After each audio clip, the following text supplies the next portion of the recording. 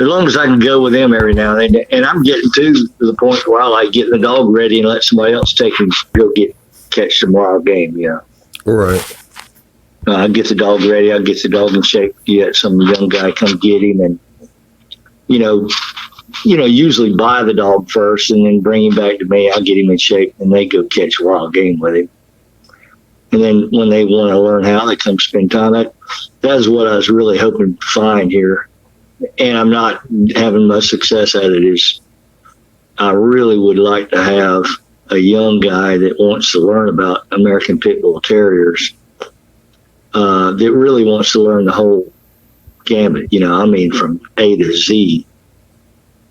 It's from breeding to conditioning to handling to breeding to whelping to raising puppies, how to train them, how to get them ready, how to get them in shape. There's so many different things, medicating them, how to get them well and healthy from being sick and stuff like that, just everything. But I've had my feelers out, and I've talked to a lot of people. I don't know anybody come around, wanting to learn how. I wish I did. You got to be able to pass the torch. Yeah, I'm looking for somebody that I can pass the torch to. But so far, I hadn't found it. But yeah, it's all right. It'll all work out. I'm still running my kennel fine. Everybody's in good shape. I got one that's not doing too good. She's turned up. Her blood count looks a little bit low because her gums are white. I'm dealing with her right now. I don't know exactly what it is, but I'm going to deal with it. I am dealing with it. But anyway, yeah. So that's how you can tell that their blood count is low, is the white gums? Yes. That's one reason. That's one way. The other way is just to go draw the blood. I don't have to go pay somebody to do that. When you see gums that are white like that, when you normally look at gums are pink, But when you see them white, cotton white, oh gosh, their blood count's real low. And so then you go about trying to figure out what's wrong. And of course, the first thing you probably want to do is worm the dog, because it could be worms. I haven't wormed her in a while. She could be wormy. I doubt it, but it could be. Could be. So if that's the case, I'll clear her up with that. But if it's not, I'll start her on heavy doses of vitamin B complex, heavy doses of a product called Red Cell, where you can buy at most any good feed store. It's a blood builder for dogs. So Red Cell and B vitamins, B complex, daily, twice a day.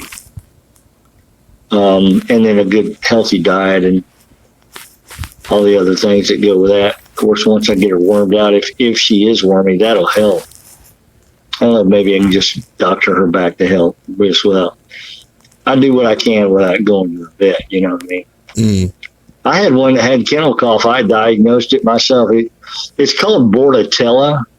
This is just recently. This is just like last week. Came out, getting ready to put them up. I put every dog. I work all my dogs every day.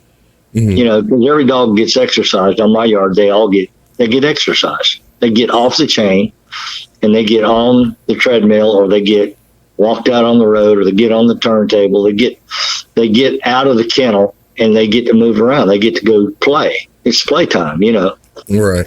It's like going to PE when you're in high school, Right. So I went out that one morning. It's about a week and a half ago, and this one male that I go to, he's one of my main go-to males. I was getting ready to grab him and put him up. I had already put a couple up already. When I say put them up, I take them off the chain. I walk them over to the treadmill. I put them on the treadmill.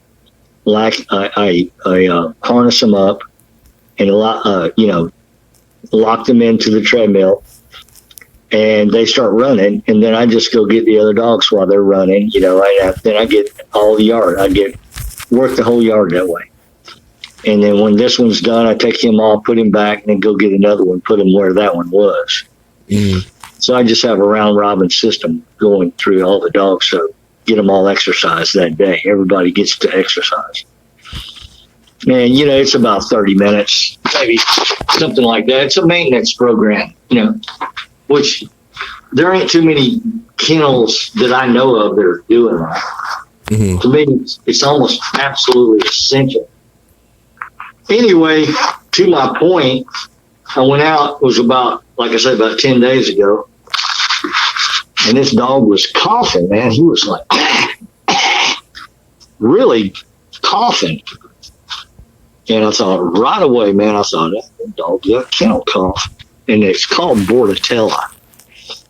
I mean, Bordetella is the actual terminology a vet would use if you got it diagnosed from a vet. Mm-hmm. So, because I dealt with it before, I knew what it was. And I happened to have some, I can't remember. Let's see, what was it? Doxycycline? I can't remember. Anyway, I had to go look. I got to go get it out. But I had some antibiotics here.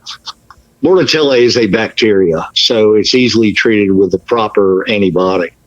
So if it's a virus now, an antibiotic won't help a virus. You can't treat a viral infection with antibiotics. You can treat a bacterial infection with antibiotics. Okay. So, based on my experience and knowledge, I saw the way he was coughing. I actually wasn't certain at first. I put him up on the treadmill. He ran and coughed. And I ignored it that day. And then I put him up and let everything go by. And then the next day, he was doing the same thing. I said, okay, I knew. That at that point, I started him on a regimen of twice a day antibiotics. And heck, I don't guess it's 5-6 days I had him cured. So my diagnosis apparently was right, and I used the right proper antibiotics. And I always make sure I got a little journal, a veterinary medical journal that I go back and always refer to if I have to. Sometimes I don't need it. Like in that case, I didn't need it because I pretty much knew what it was, or I thought I knew. I was hoping, and sure enough, I was right. Mm-hmm. I got him over it, and I was proud that I got that done. So little mountains like that when you're having to be a vet without,